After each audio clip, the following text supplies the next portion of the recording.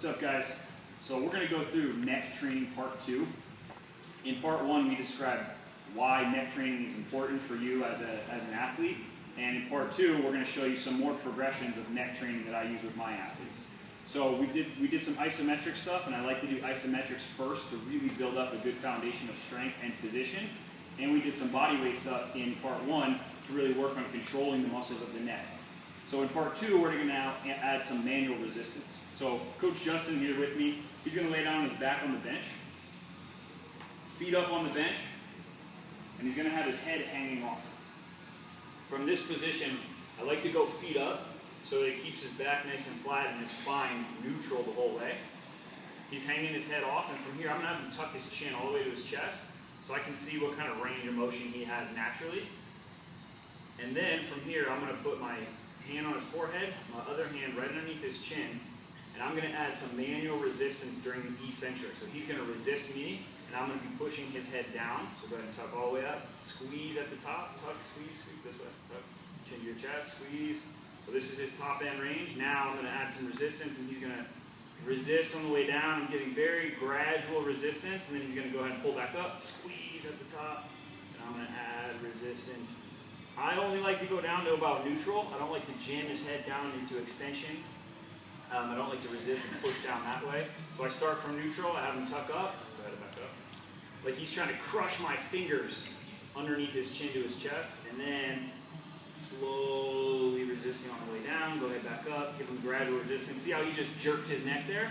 I don't want him to do that. I don't want him to get any momentum and dropping back. I want him to start from that position and just gradually push up. I apply resistance and he gradually pushes up. As he starts to fatigue, I'm going to modify my resistance. It'll get to the point where he's probably not going to really be able to push up against any resistance. So I'm really not going to give him anything. I'll have him squeeze at the top, and then I'll push on the way back down. For these ones, I like to go to fatigue. So because we're going to fatigue the muscles of the neck, once he finishes, I'm going to support his head, help him sit back up, so I don't just let him drop his head back. Then we'll go down the other way. The reps will be anywhere from 10 to 20, depending on the athlete. He's going to go face down. This one I like to go from the front. I put my hands right around the base of his skull. He's going to tuck his chin. Now he's going to go ahead and look up towards the ceiling. And I'm giving gradual resistance on the way up. And then he's going to resist me as I push back down. You might notice with athletes, especially if you work with fighters, that they're going to be a lot stronger on this side.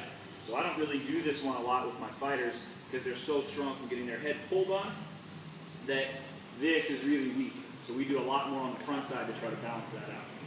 So that's some of the manual resistance, flexion, and extension. And now one of the other more advanced isometric ones that I like, and I actually got this one from my friend Scott Prohaska, is a leaning isometric neck. So we've already established perfect body positions. Body lined up nice and straight. I'm going to put my hands around the base of his skull, and now he's going to lean back into me. And I can adjust how far we go down to give more resistance. When I find a good spot, he's just going to hold this position. My arms will start to get a little shaky, his neck will start to get a little shaky, and that's going to add some extra stability to the movement. I'll go for about 10 seconds when I start, and then I'll work my way up to 15, maybe 20 seconds, and we'll do a couple sets. We can also do that sideways. So he'll go ahead and lean into me, making sure his body stays nice and straight. So I like to do this where I can see his body in the mirror. So I make sure he's not leaning his hip. Go ahead and show how to cheat, lean your hip towards me. Leaning his hip down or his hip away, and turning his body like that. So I like to do it in the mirror so I can make sure his body stays nice and straight. And then we'll go forward as well. And one of the big compensations on this one is people's chin will start to come out. So again, I really like to see in the mirror and make sure they're keeping that chin tucked. So going forward, same thing. I'm supporting right on his forehead, right above his eyeballs. Come on down. Good gradual tension. We'll build up some time under tension.